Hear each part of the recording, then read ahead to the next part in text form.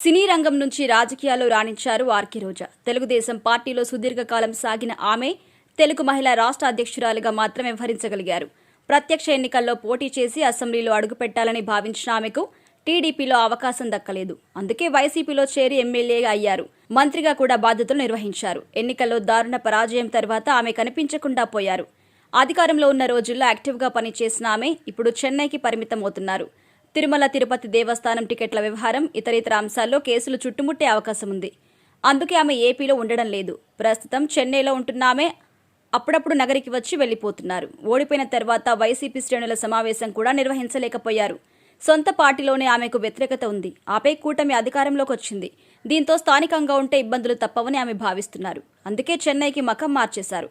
అక్కడే సినీ, టీవీ రంగాల్లో అవకాశాల కోసం వెతుక్కుంటున్నారు. ప్రస్తుతం తెలుగు రాష్ట్రాల్లో విభిన్న పరిస్థితి ఉంది. ఏపీలో కూటమి ప్రభుత్వం అధికారంలో ఉంది.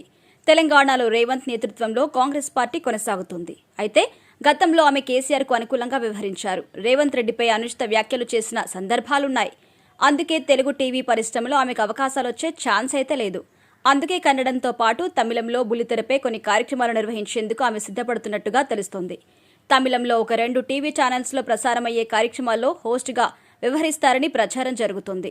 ఆమె భర్త సినీ దర్శకుడు కావడంతో ఆ 2 చిత్ర పరిశ్రమలో కొన్ని సినిమాల్లో నటించేందుకు రోజా సిద్ధపడుతున్నట్టుగా సమాచారం.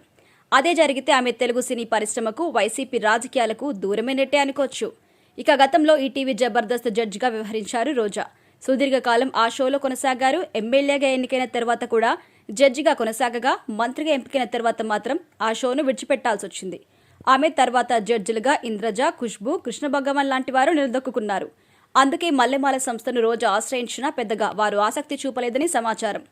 ఇక నాగబాబుతో కలిసి సుదీర్ఘకాలం జబర్దస్త్ జడ్జిగా కొనసాగారు రోజా. అయితే ముందుగా నాగబాబు బయటికెళ్లిపోయారు. దీంతో అన్ని తానే వ్యవహరించారు రోజా. మంత్రిగా పదవి రావడంతో షోకి దూరమయ్యారు.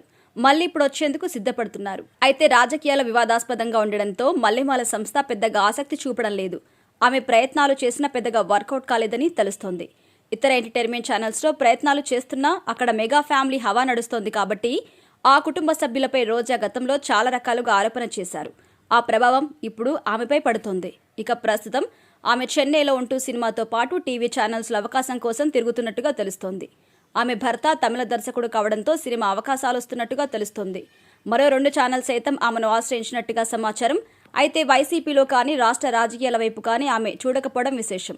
ఒకవేళ వైసీపీ పూర్వ వైభవాన్ని దిశగా రాకపోతే రాజకీయాలకు దూరమైనా ఆశ్చర్యపడాల్సిన అవసరం లేదు అని సన్నిహిత వర్గాలు చెబుతున్నాయి. మరి ఏం జరుగుతుందో చూడాలి.